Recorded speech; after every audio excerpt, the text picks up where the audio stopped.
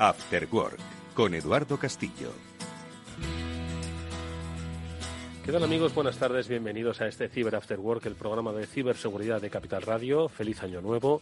Y hoy vamos a escuchar a los protagonistas que estuvieron en los micrófonos de Capital Radio durante las pasadas jornadas STIC. Son solo unos pocos, pero interesante lo que nos comentaron Román Ramírez a propósito del trabajo que hace la Fundación Good Job.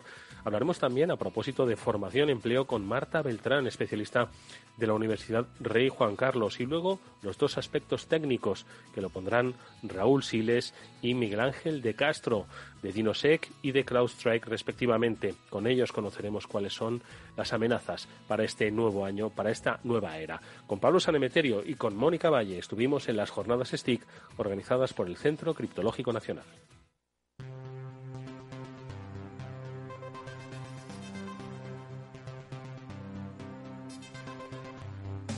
Ciberseguridad 360, Jornadas STIC, Centro Criptológico Nacional. Uno de los espacios que estas 15ª jornadas STIC CCNCERT ha dedicado ha sido precisamente al del talento inclusivo. En muchas ocasiones hemos oído hablar ya de la Fundación Good Job y su director académico, por otro lado, un personaje de reputación y de referencia en el mundo de la ciberseguridad, que es Román Ramírez, está con nosotros en esta mesa. Román, bienvenido, ¿cómo estás? Muy bien, muchas gracias, Eduardo. Hay que recordar que Román, entre otras cosas, es el fundador de la RUTEC, que es también otro de los eventos como estas jornadas STIC de referencia para el sector de la ciberseguridad. Nos acompañan Pablo Sanemeterio, Mónica Valle, para charlar con Román unos minutos en algo que, con todas las personas, Román, con las que hemos hablado a lo largo de esta segunda jornada de STIC, es algo patente, necesario, clave. Algunos lo ven como un reto de los, más allá de lo tecnológico, que es el del talento para cubrir las necesidades que va a haber en el terreno de la ciberseguridad.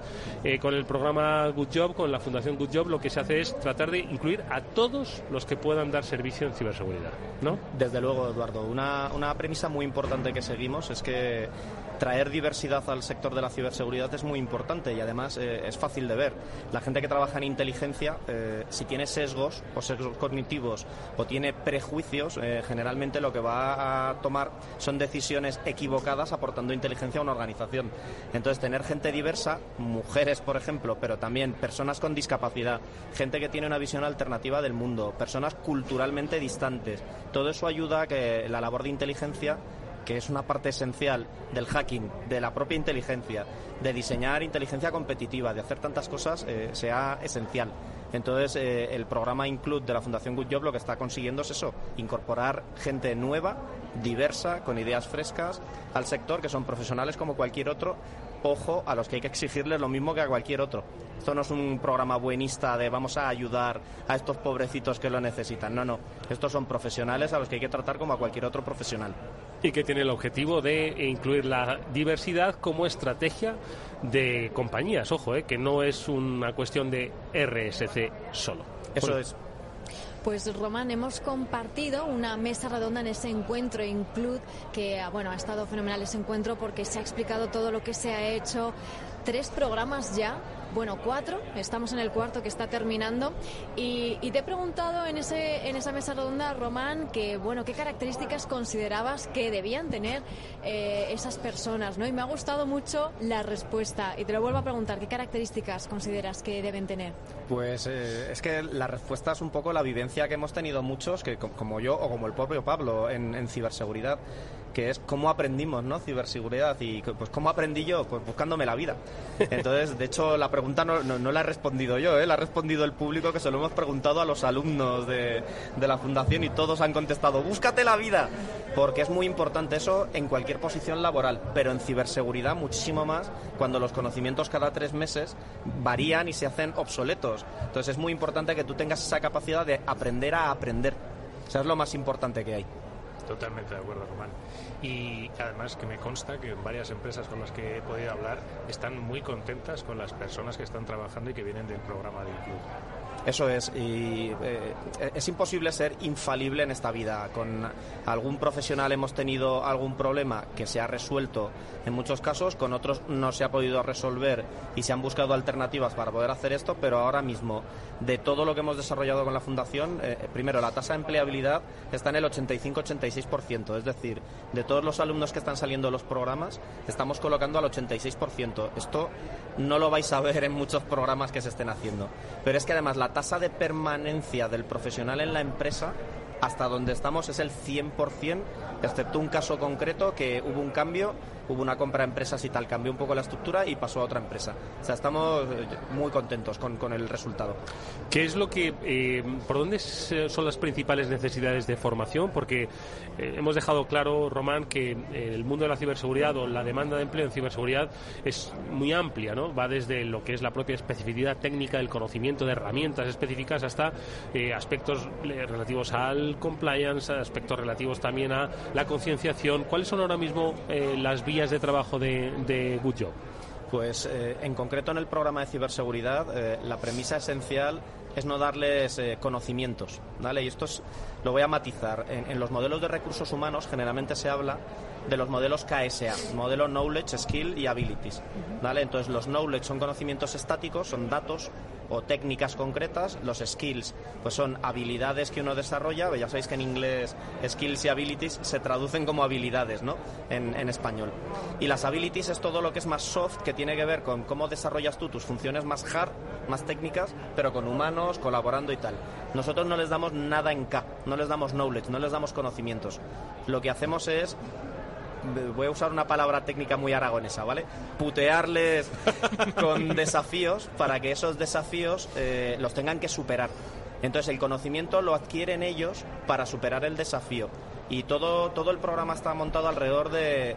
No sé si conocéis a Campbell, el héroe de las 1000 caras. Es un poco el cómo se estructura la idea del viaje del héroe, ¿no? Pues Campbell definió unas etapas que sigue un héroe, porque pues primero vive su vida normal, de repente pasa algo extraño que le saca de su vida ordinaria y entra en el mundo extraordinario, se encuentra con un mago hechicero que le aconseja, hay un objeto mágico, ¿sabéis? Eso es el viaje del héroe, el ciclo del héroe de Campbell. Es lo que les hemos hecho. Los hemos sacado de su mundo ordinario, los hemos metido en el mundo extraordinario de la ciberseguridad, les lanzamos desafíos, tienen un adversario que soy yo, que yo soy su enemigo constantemente, yo no les ayudo nunca. Me piden ayuda y les digo, búscate la vida, es la respuesta automática, ¿vale? Pero luego ellos tienen apoyo con las preparadoras laborales, que son las que dan soporte, no tutela, dan soporte, no tutela, que es muy importante. Entonces ellos mismos se van forjando en superar prueba tras prueba, encuentran el objeto mágico y finalmente vuelven al mundo ordinario tras haber hecho todo el periplo del héroe. Entonces es muy importante eso, porque no les damos conocimiento estático, les enseñamos a buscarse la vida. Entonces cosas que hacemos, inteligencia, tanto en OSINT como en HUMINT, hacking, por supuesto, también gobierno, riesgo y cumplimiento. Les hacemos muchas cosas que tienen que ver sobre todo con operaciones de seguridad. Ahí Pablo, de hecho, ha colaborado en muchas clases para explicarles cómo se hacen las operaciones en una empresa tan grande como Telefónica. Y sobre todo vertebrar en horizontal todo eso, que en 7 semanas, pues imaginaos, todo el bombardeo de conocimiento que van recibiendo, es imposible que ese bombardeo lo puedas retener en la cabeza. Pero lo que sí tienes que quedarte es con el clic mental de has salido del mundo ordinario, has entrado en el mundo extraordinario, te has transformado y vuelves al mundo ordinario. Hay una cosa también que me parece fundamental, que es vuestra técnica, lo comentaba César López, también el director de la Fundación, que es Learning by Doing, ¿no? Ellos aprenden haciendo las cosas, no es meramente que les expliquéis de forma teórica, sino que, oye, no solamente búscate la vida, sino hazlo y así verás lo que verdaderamente supone, ¿no? Efectivamente, la premisa del Learning by Doing la definió John Dewey hace unos años. Era un experto en formación que se dio cuenta que uno de los problemas que había formando personas era que los profesores eran como autómatas entregando conocimiento al alumno. Entonces Dewey propuso un modelo que es el Learning by Doing, el aprender haciendo, en el que a los alumnos los sueltas en un ecosistema y ellos aprenden haciendo y descubriendo. ¿Vale? Y es maravilloso porque toda la línea académica de la Fundación está impregnada de este aprender haciendo, de este Learning by Doing. Es fantástico. Yo creo que es una de las bases, uno de los pilares que hace que funcione. Y en este Learning by Doing, la plataforma que tiene el CCN, la plataforma Atenea, ¿tiene algún rol, algún papel interesante? El CCN CERT en el minuto cero decidió prestarnos su apoyo y entre otras cosas que hacen, aparte de que dedican formadores durante una semana para enseñarnos su herramienta Elena de cibervigilancia, nos cedieron la plataforma Atenea para que les planteemos desafíos a los alumnos. Entonces los alumnos todas las semanas tienen 1 o 2 ejercicios obligatorios y un ejercicio voluntario. Y entonces ellos se van metiendo en la plataforma, van resolviendo y van puntuando. Y nosotros así también podemos evaluar que están reteniendo las habilidades necesarias en hacking, sobre todo hacking, pero también en inteligencia, porque en Atenea hay muchas pruebas de inteligencia, de investigación, cosas por el estilo. Un comentario muy importante. Cuando CCN CERT nos pasó la plataforma, la mayor parte de nuestros alumnos no sabían de qué iba el mundo de la ciberseguridad. 4 de ellos en concreto que no sabían de qué iba se empezaron a meter y en 3 semanas estaban entre los 100 primeros de la plataforma de Atenea. Pero es que alguno de ellos ha bajado posiciones, está ahora entre los 60-70 primeros. O sea, eso os tiene que dar a entender que a una persona a la que le marcas un camino, le pones un objetivo, la ayudas a que no tenga impedimentos artificiales estéticos y que son absurdos para poder desarrollarse, si le das la pasión, esa persona se mete a fuego a resolver. Entonces es maravilloso y muchas gracias al CCN por el apoyo. Oye, Román, estáis formando a gente para defendernos de qué amenazas, ¿cómo las ves? Estábamos terminando un año complicado, 2021, que en tu historial, las muescas, ¿no? que llevas en tu revólver, ¿cómo lo calificas este 2021? Pues para mí particularmente ha sido muy complicado porque me puse de independiente, de consejero, intento ser solo consejero. Pero claro, con las mafias del ransomware liándola en las empresas, la gente pues me conoce por mi reputación técnica, entonces me obligan a descender a algo que no quiero hacer, que es trabajo técnico, ¿vale? Pues porque el trabajo técnico no saben nunca cuándo acaba, ¿vale? Entonces es un año muy difícil, estoy viendo muchísimo ransomware, muchísimo más de lo que aparece en la prensa, o sea, y veo empresas que están en situaciones muy malas. Estoy ahora mismo metido en 2 IRs, en 2 Incident Response, que no los llevo yo, los llevan profesionales de esto, ¿vale? Pero yo estoy aconsejando pues a la empresa y tal.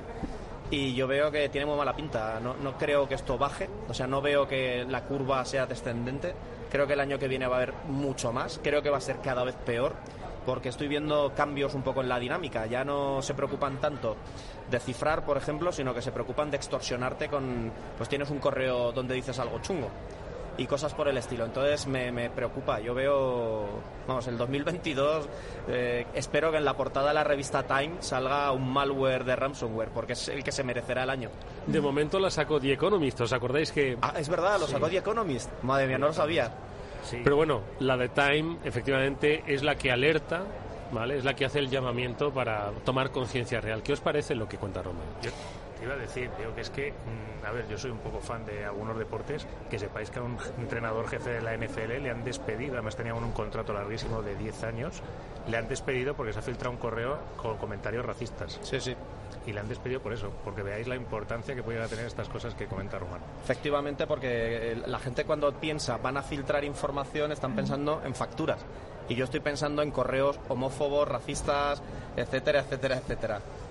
Una verdadera extorsión. Al final hay que tener en cuenta que toda la información, como decimos siempre, que no se publica en internet, sino un email, simplemente un mensaje, pues puede ser usado contra nosotros, y todo apunta, como decía Román, ¿no?, a que seguirá el año que viene mucho más ransomware asociado a esta extorsión, que además hace mucho más daño a las empresas.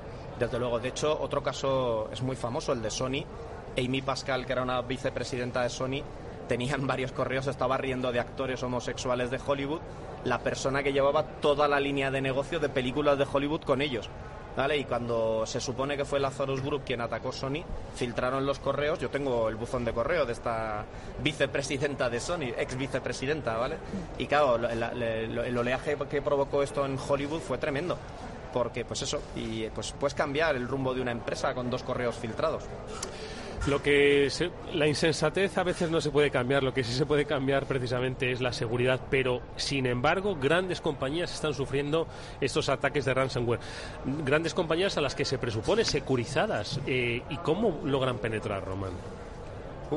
Qué pregunta más complicada y qué respuesta Voy a responder de una manera positiva, ¿vale? Es muy difícil proteger una organización grande, muy difícil, os lo digo por experiencia propia. ¿Vale? Una empresa que tiene 100.000 empleados tiene tal diversidad de situaciones, tal heterogeneidad, gente entrando y saliendo de la oficina, gente vendiendo en países raros, movimientos por todas partes, infraestructuras. Es muy difícil, pero dicho esto, ¿vale?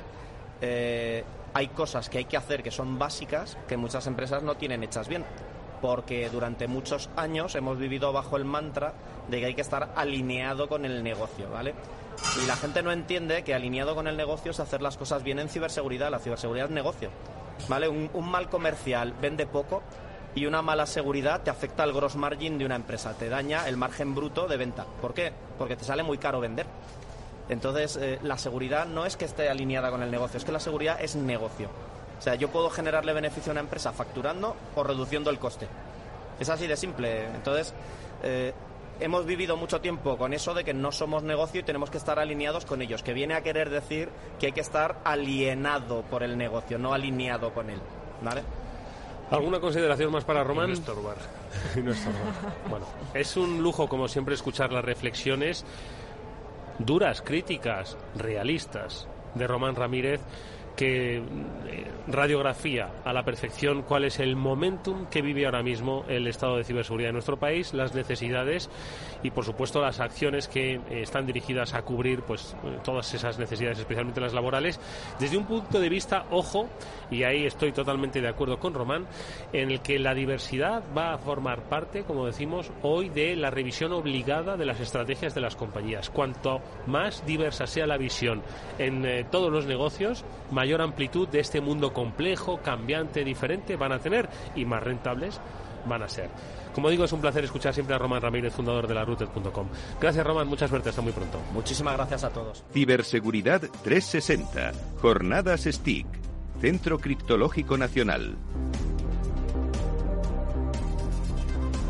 Estamos con Raúl Siles, fundador y analista de seguridad senior de DinoSec, compañía especializada en servicios y tecnologías y análisis e investigaciones avanzadas de seguridad.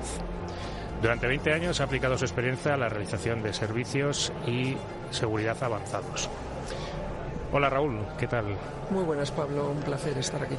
Bienvenido a las Jornadas STIC, a esta 15ª edición, en la cual has tenido además el honor de comenzar las jornadas abriendo una ponencia magistral que es titulado Pegasus, Cristasor, Medusa, Poseidón y Perseus, mitología móvil.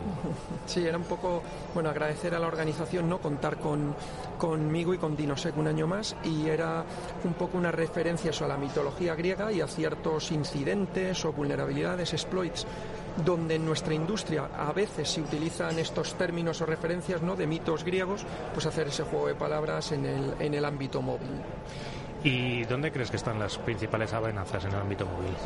Bueno, pues como dice el título de las jornadas, yo creo que sería eso, 360 grados, ¿no? Básicamente en todas las variantes o puntos de entrada del móvil. Como veíamos un poco en la ponencia, eso es lo que intentábamos reflejar, ¿no? Que hay una parte hardware muy innovadora que está llegando de nuevos chips y procesadores que está sin explorar en su mayoría.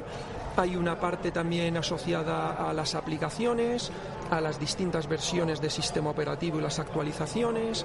Hay otra parte asociada a aplicaciones de mensajería que todo el mundo utiliza, personal y profesionalmente. Otra parte en comunicaciones inalámbricas, las habituales, ¿no? Pues Bluetooth o Bluetooth de baja energía, Wi-Fi, la parte celular. Entonces, al final hay que tener todos esos aspectos. Otra que recuerdo y se me ocurre ahora mismo es el tema de la pantalla de bloqueo, por ejemplo, en el caso de iOS, que va acumulando y acumulando vulnerabilidades con los años. Y a mí particularmente una de las que más me llaman la atención son las vulnerabilidades relacionadas con el hardware, porque como bien contabas en la ponencia, no son fixeables o corregibles, digamos, mediante una actualización. Claro, ahí hay aspectos interesantes que son tanto desde el punto de vista de vulnerabilidades en componentes hardware que solo son de lectura, entonces una vez que es vulnerable lo es para el resto de su vida y la única solución es cambiar el terminal, como ocurrió con los iPhones y el chip de boot ROM de arranque, ¿no?, en diferentes modelos, tanto hace 10 años como hace mucho menos, un año y medio, un par de años.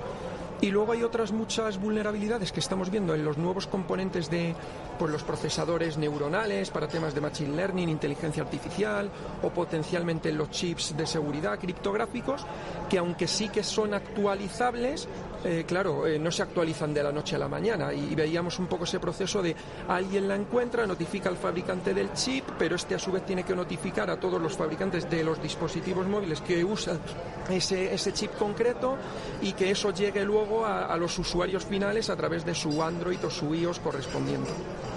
Claro, que uno de los principales problemas son esas ventanas, de esos tiempos en los cuales los dispositivos son vulnerables.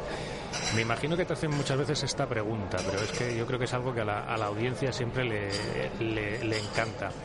¿Cuál de los dos sistemas es más seguro? Exacto, es la típica, ¿no? iOS o Android o iOS. No, como comentaba ayer, porque es verdad que es muy frecuente el querer saber esa comparativa, hay un elemento fundamental, y es: tienen muchas cosas en común donde se pueden comparar, pero tienen otras muy diferentes donde no puede haber una comparación directa. Eso, hacíamos antes el matiz, ¿no? A lo mejor en iOS te centras más en la pantalla de bloqueo porque tiene una mayor integración y ha tenido más problemas de seguridad, y Android menos, o más diluido entre distintos fabricantes y variantes de Android, y viceversa con Android. No sé, en Android, por ejemplo, tenemos los mensajes que se mandan entre el sistema y las aplicaciones, ¿no?, que se llaman intents, algo que no existe en iOS, con lo cual no lo podemos comparar.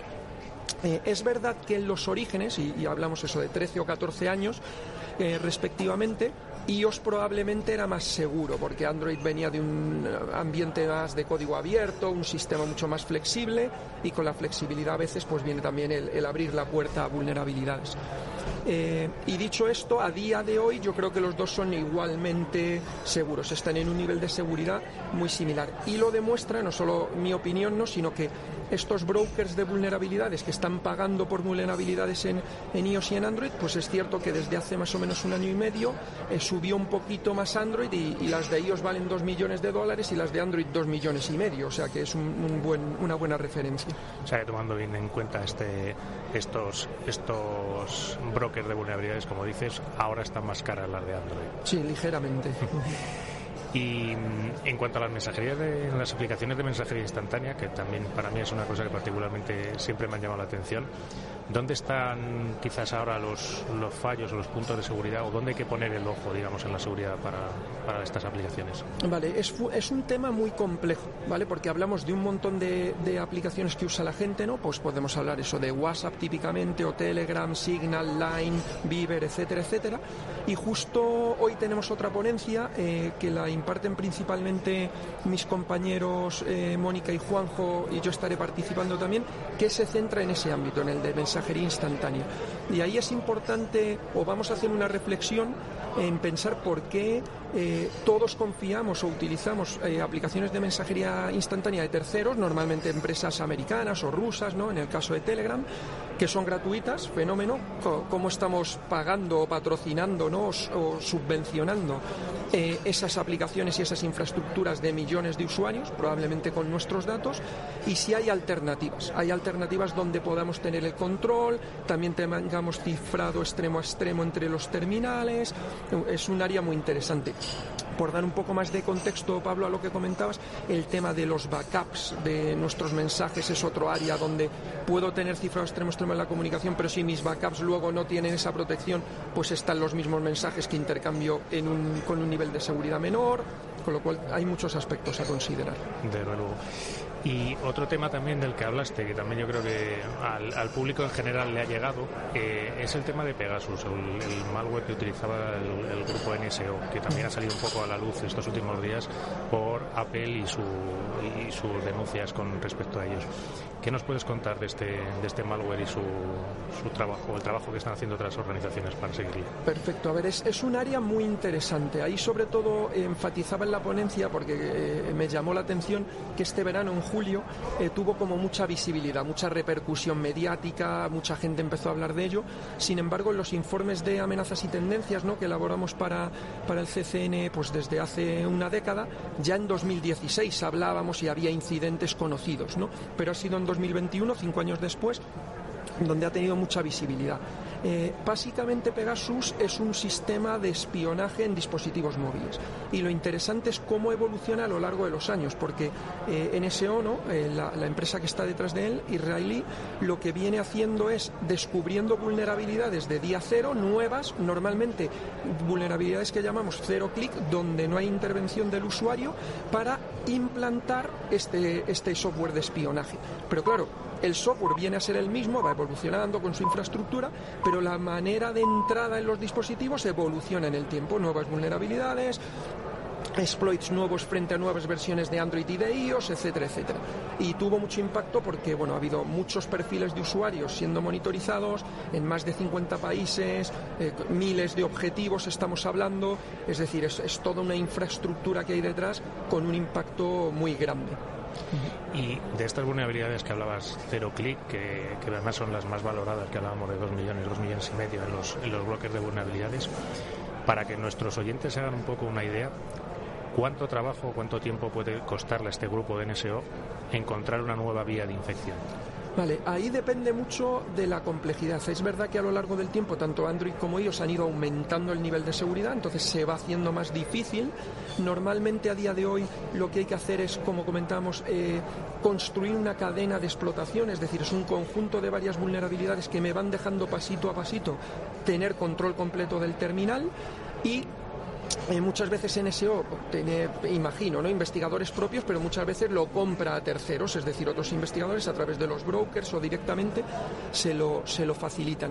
Este tipo de vulnerabilidades es difícil justo decir cuánto, porque depende de cada una de ellas, pero sí podemos estar hablando de rangos de meses, a lo mejor 2, 3, 6 meses, donde voy construyendo un exploit que sea fiable, que cuando lo vaya a utilizar no falle, porque quiero tener mucha precisión y éxito en lo que es el ataque, ¿no? Y puede llevar de en torno a este tiempo. Genial. Oye, Raúl, muchas gracias por compartir este rato con nosotros aquí en Capital Radio, en las jornadas STIC. Enhorabuena por la ponencia, como siempre una ponencia magistral las que das siempre, Raúl, y estaremos pendientes de tus compañeros, tanto Mónica como Juanjo, para ver esos trabajos sobre mensajerías instantáneas que seguro que nos van a ayudar un montón. Perfecto, muchas gracias, Pablo, un placer estar con vosotros. Gracias.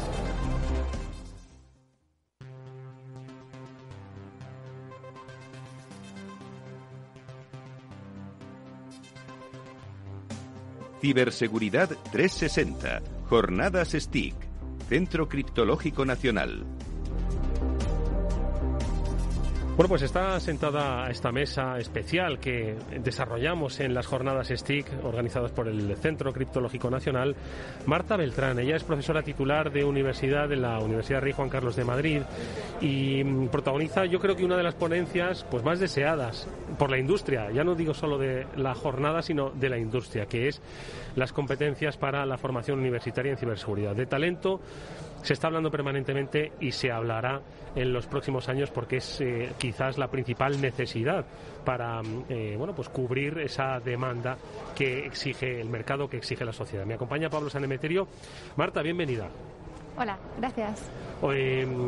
Entiendo que eres de las personas ahora mismo más buscadas porque no nos vamos a cansar de repetir que talento en ciberseguridad se necesita cada vez más en todos los estadios, en todas las etapas, y hay que irlo trabajando desde las universidades, desde los colegios, desde la formación profesional. Entiendo que es un trabajo conjunto, ¿no? Efectivamente, todos los niveles del sistema educativo tenemos que estar involucrados desde bien temprano y cubriendo diferentes necesidades en función de los perfiles que se busquen luego en el mercado laboral.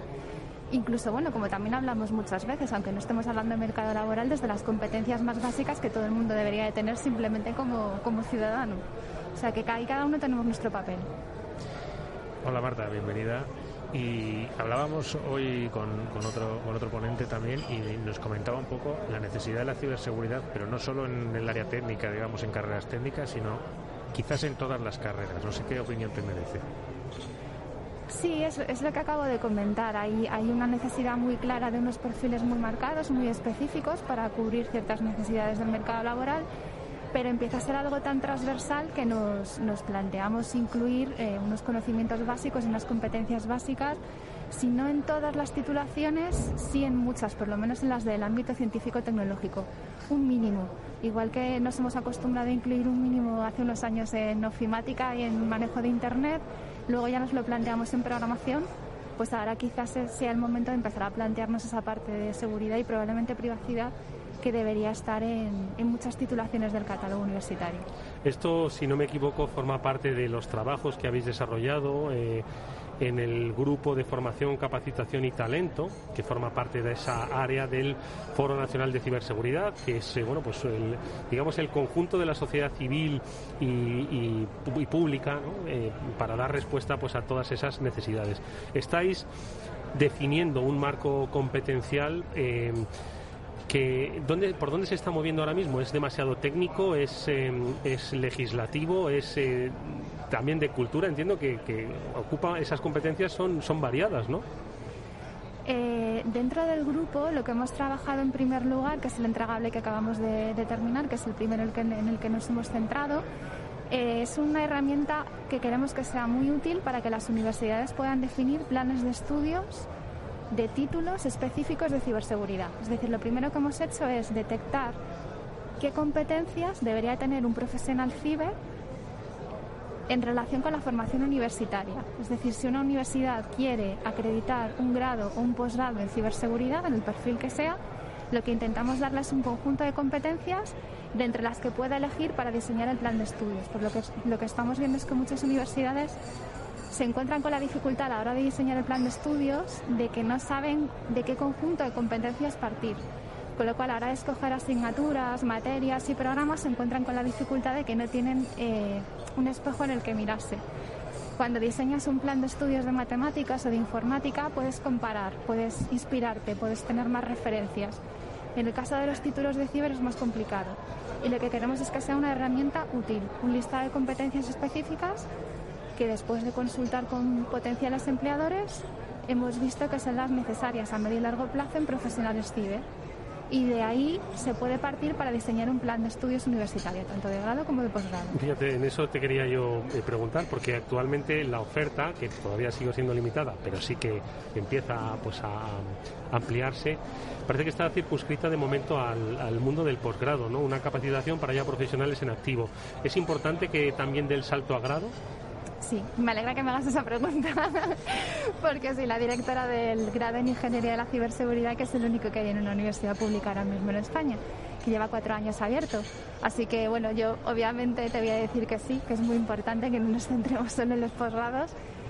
El posgrado es una herramienta muy útil en la formación universitaria y está claro que nos permite cubrir un gap importante en la formación de mucha gente que tiene perfil científico-tecnológico, pero ya muchos países nos llevan ventaja de muchos años y aquí lo estamos comprobando. También hace falta formar a gente desde el principio en ciberseguridad y no con títulos de ciclo corto, no 1 año o 2, sino 4.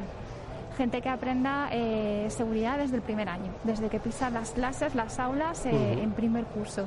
Y efectivamente, uno de los retos que tenemos por delante es que haya más universidades que se animen a abrir este tipo de títulos de grado, no solo de posgrado, con distintos perfiles dentro del sector de la ciber. O sea que entonces, si son 4 años, este año vamos a tener la primera promoción de ingenieros en ciberseguridad. Efectivamente. En junio, si todo va bien, bueno, y todo irá bien porque tenemos alumnos muy buenos y sí que tenemos un grupo que va a curso por año porque, claro, es un título de ingeniería y es duro, con lo cual no todos van a ir a curso por año, pero efectivamente ahora justo hacemos los 4 años, con lo cual en junio tendremos los primeros egresados. Y Marta, comentabas antes las competencias un poco que debe tener esta formación. ¿Cuáles destacarías o cuáles crees que son un poco las competencias necesarias para un ingeniero en ciberseguridad? Pues a ver, el marco de competencias no va asociado a las ingenierías. El marco de competencias lo hemos trabajado en 10 áreas distintas. Con lo cual, algunas son más técnicas de arquitectura, de análisis, de detección y respuesta, pero otras tienen que ver con otros perfiles: responsabilidad y dirección, auditoría, formación, concienciación y sensibilización. O sea que hemos intentado cubrir todo el espectro y lo que hemos hecho es identificar competencias específicas asociadas a cada una de estas áreas. Una cosa muy importante, porque el marco de competencias que se ha definido en el foro parte de una consulta a los futuros empleadores, es que hemos detectado que no solo las competencias específicas en cada una de estas áreas son importantes, sino que también lo son ciertas competencias básicas o generales, que no deberíamos poner las que se ponen habitualmente en todos los títulos científico-tecnológicos. Algunas sí son comunes, las que tienen que ver con pensamiento crítico, con capacidad para resolver problemas o capacidad de comunicación, pero es verdad que hay otras, por ejemplo, las relacionadas con las soluciones creativas, con la priorización, con la toma de decisiones en equipo, con el saber justificar esas decisiones o argumentar ciertas decisiones, que todos los empleadores nos comentaban esta parte más de soft skills que también la tuviéramos en cuenta. Entonces, en el marco de competencias, además de las más técnicas o las más específicas por áreas, tenemos también un apartado de competencias básicas que tienen más que ver con este tipo de competencias o capacidades más transversales, pero que algunas son como muy específicas del profesional ciber y por lo tanto en las universidades no nos podemos olvidar de que nuestros egresados cuando terminen los títulos las tienen que haber adquirido. Oye, ¿y las empresas a las que habéis consultado cuando os dicen, oye, mira, nosotros necesitamos este perfil? ¿Cuál es ese perfil? CISOs, expertos en compliance, programadores. ¿Hay un perfil definido, digamos, bueno, varios perfiles definidos que son los que más se están demandando ahora mismo? Sí, eso lo hemos visto claramente al hacer la consulta. Es verdad que de momento hemos lanzado cerca de 100 formularios, es decir, la muestra puede ser todavía más amplia y queremos ampliarla en el futuro, pero sí que es lo suficientemente representativa porque hemos incluido sector público y sector privado y diferentes áreas económicas y sectores de actividad como para ver que, por ejemplo, el área de responsabilidad y dirección o el área de detección y respuesta son básicas en todos los sectores, en todos los tamaños de empresa. Y luego hay otras áreas más específicas que es verdad que ya tienen más que ver con cierto tipo de organización, cierto tipo de empresa. Nos ha ocurrido, por ejemplo, con la ingeniería de la confiabilidad. La parte de privacidad tiene mucho peso en aquellas organizaciones que trabajan con datos personales, por ejemplo, y la parte de safety con infraestructuras críticas o con organizaciones que tienen una parte industrial. Entonces, esa es muy importante, pero ya no para todas las empresas, sino para algunas en concreto. O sea que la consulta que hemos hecho nos ha permitido ver qué áreas son más transversales y más buscadas o más deseadas por más o menos todas las organizaciones y qué otras son muy importantes pero solo para sectores muy específicos o muy concretos. La formación aquí dentro del centro criptológico también es un área de importante trabajo. Y es por ello que tienen pues el portal de Atenea, que no sé si lo conoces, y similares. No sé si este tipo de retos o trabajos tecnológicos son alguna de las competencias o áreas que puedan llegar a entrar dentro de la parte de la universidad. Sí, por un lado en el marco de competencias una de las áreas es formación, sensibilización y concienciación y ahí hemos visto que es importante cada vez más que haya perfiles profesionales capaces de formar a otros profesionales, ya que es un campo en el que la formación continua es básica y toda esta parte de generación de retos, plataformas de learning, simulación de entornos o recreación de entornos reales en ciber es muy importante porque hay que aprender practicando. Con lo cual en el marco de competencias eso lo hemos reflejado y efectivamente luego en la universidad lo que hemos visto es que la única manera de proponer planes de estudios que permitan que los estudiantes adquieran todas las competencias que estamos diciendo que tienen que adquirir es dándole muchísimo peso a la parte práctica y para eso hacen falta laboratorios específicos en algunas asignaturas y en otras asignaturas efectivamente con este tipo de retos, portales de aprendizaje, simulaciones, emulaciones se puede hacer que los alumnos aprendan practicando en entornos muy similares a los reales. Abrimos un apartado a un tema que es delicado, que es el de el talento, pues que se lo llevan. El sector empresarial pues tiene sus capacidades, pero hay una necesidad global, no solo es una necesidad de España, de este talento. ¿Hay miedo a que estemos formando a profesionales que acaben en otros países trabajando para otras empresas? Y un poco vinculado a esto, la necesidad obviamente de crear un tejido potente, atractivo de empresas españolas de ciber, que muchas de ellas pues deberían nacer de la universidad, en esas famosas joint ventures, programas, proyectos que nacen en la universidad y que luego tienen una consecución en la vida real como empresa, ¿no? Bueno, la universidad es vida real también, ojo, pero me entienden, ¿no? Esa vida empresarial. ¿Cómo ves esto? Pues al tener nuestra primera promoción de egresados, en el caso de nuestro título, por ejemplo, este año, comprobaremos cuántos se quedan trabajando para empresas españolas y cuántos acaban trabajando para multinacionales, ahora que hay más trabajo remoto o incluso fuera de España. Yo me temo que va a ser un porcentaje elevado, por la diferencia de salarios, principalmente. y en algunos casos también por el atractivo de las ofertas que ya ahora que están en cuarto haciendo prácticas se les están planteando. Efectivamente, es un reto en el que tenemos que trabajar y ahí la colaboración público-privada va a ser muy importante. Yo creo que cada vez más desde las universidades y desde las empresas estamos incidiendo en esa colaboración público-privada y estamos intentando que haya transferencia real y que se convierta en tejido empresarial, en nuevas empresas, en que el valor esté en la innovación, pero es verdad que es un país en el que no hay mucha tradición de esa colaboración público-privada en lo que se refiere a la industria y a la universidad, y nos queda recorrido. Y es un reto porque si no, efectivamente, por mucho que trabajemos en esta parte de formación, nos vamos a encontrar con que muchos de nuestros profesionales acaban trabajando fuera y seguimos con el mismo problema aquí. Así que sí, es algo que hay que abordar De hecho, el foro por eso es un buen espacio para trabajar en estos temas, porque es un espacio donde esa colaboración público-privada está muy patente todo el tiempo, pero hay que trabajarlo en otros espacios, en otros foros, porque si no, efectivamente, a corto y a medio plazo es un problema que vamos a sufrir. Otro y último reto ya que te planteo en este micrófono es el de la incorporación de la mujer al ámbito de la ciberseguridad y especialmente al de las ingenierías, ¿no? Al de las profesiones STEM. ¿Cómo se está trabajando en ello? ¿Estás percibiendo pues una mejora de ese esfuerzo, ¿no?, que se está haciendo ya desde hace años, ¿no?, por introducir a las mujeres en el mundo de las profesiones técnicas, de la formación primero y luego la profesión técnica? Pues he de decir que soy pesimista, porque estoy en el día a día y como estoy en el día a día veo la evolución que estamos teniendo en estos últimos años. Yo llevo 20 años en la universidad y desde que entré hasta ahora las cosas han empeorado bastante. ¿Han empeorado? Sí, han empeorado bastante. La verdad es que hay un trabajo muy, casi diría a nivel individual o particular, porque hay mucho desde la universidad y desde los centros educativos de búsqueda de referentes, de búsqueda de motivaciones, de modelos nuevos y diferentes para intentar un poco terminar con los estereotipos que muchas veces son los que hacen que la gente joven piense que una carrera determinada profesional no le apetece o al contrario, que le apetece mucho.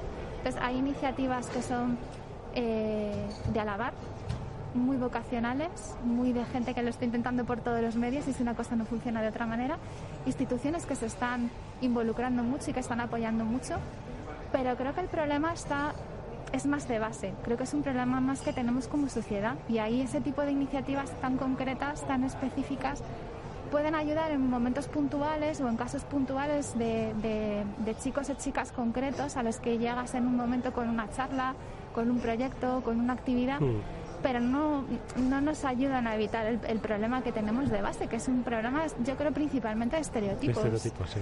El estereotipo de lo femenino, y no lo estamos cambiando precisamente, y el estereotipo que tiene que ver con el profesional tecnológico, que tampoco lo estamos cambiando. Creo que se están extremando, de hecho, los dos.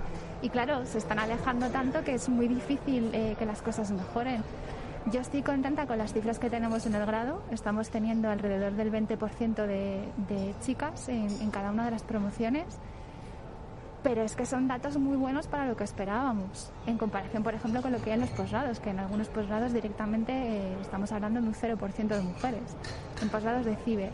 En el grado estamos alrededor del 20% con mucho esfuerzo y trabajando en muchas áreas distintas, con todo tipo de proyectos, pero veo complicado que en los próximos años subamos de esos porcentajes, porque ya digo, creo que es un problema más de base que hay que trabajar a otros niveles. Bueno, el grado tiene un referente que es su directora. Ella es Marta Beltrán, que es profesora titular de Universidad de la Universidad Rey Juan Carlos de Madrid, y es la directora del grado en Ingeniería en Ciberseguridad de esta universidad pública. Marta, mucha suerte para el futuro, para esos grandes retos. Hasta muy pronto. Muchas gracias.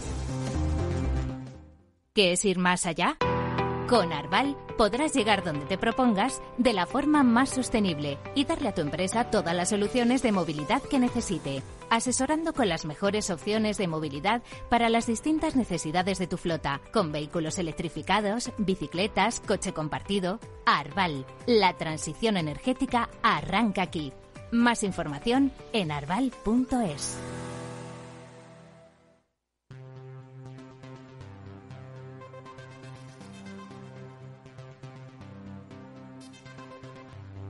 Ciberseguridad 360. Jornadas STIC.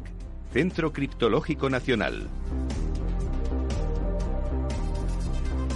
Nos encontramos con Miguel Ángel de Castro, que es experto de CrowdStrike, que acaba de pronunciar su ponencia con un nombre inquietante, a la par que interesante: España en el punto de mira. Hay que decir que Miguel Ángel es experto en seguridad de la información, tiene muchísima experiencia, especialmente en el hacking ético, en ciberseguridad y en inteligencia de amenazas. De amenazas es de lo que ha estado hablando en su ponencia en estas jornadas STIC del CCN, como decimos, con España en el punto de mira. ¿En el punto de mira de quién? Bienvenido, Miguel Ángel. Hola a todos, gracias.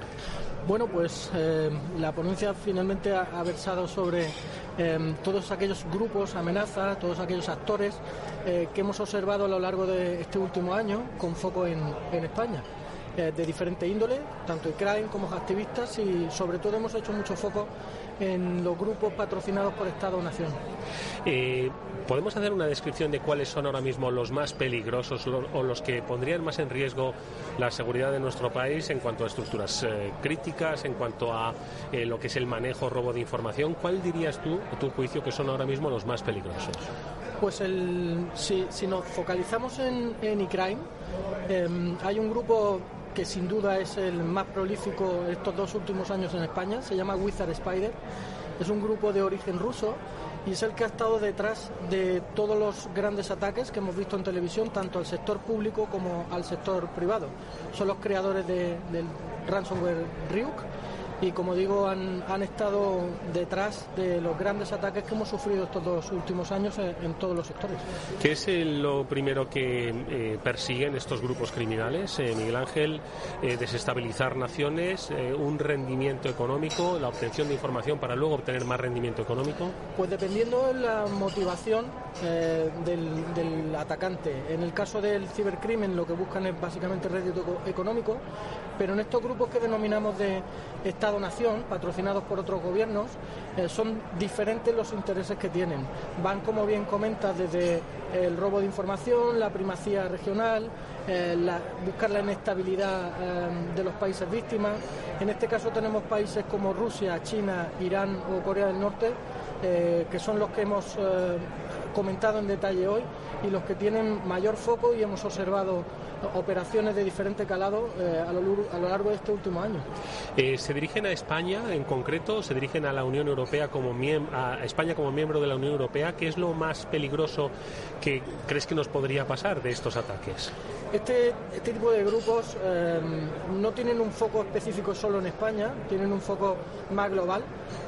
Si bien también los observamos en nuestro país, si hablamos de Rusia, ellos tienen un permanente conflicto y una lucha contra la OTAN, por lo tanto cualquier país miembro de la OTAN puede verse afectado, y de hecho se ve afectado por este país. China, que tiene grandes intereses en el robo de la propiedad intelectual, en todo lo relativo a tecnología de comunicación, a tecnologías cloud y demás, lo mismo, tiene un gran foco de actuación.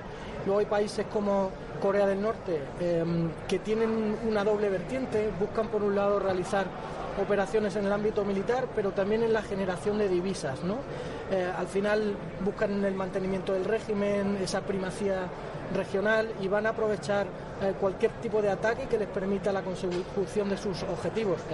Hay países como Irán, que es curioso, que han cambiado mucho su foco, y estos últimos años se han observado operaciones contra diferentes agencias aeroespaciales en Europa, sobre todo con países que tienen ahora mismo misiones en vuelo, por así decirlo, y buscan lo que llamamos ataques de doble pulso, ¿no? Por un lado, mejorar su conocimiento en este sector, el sector aeroespacial. De hecho, en abril del año pasado lanzaron su primer satélite militar, pero por otro lado buscan esta información para poder desarrollar mejor su programa armamentístico, sobre todo el basado en arma nuclear y misiles balísticos. Entiendo que la diplomacia no puede acabar con esto, por lo tanto tiene que ser la tecnología la que acabe con esto, ¿no?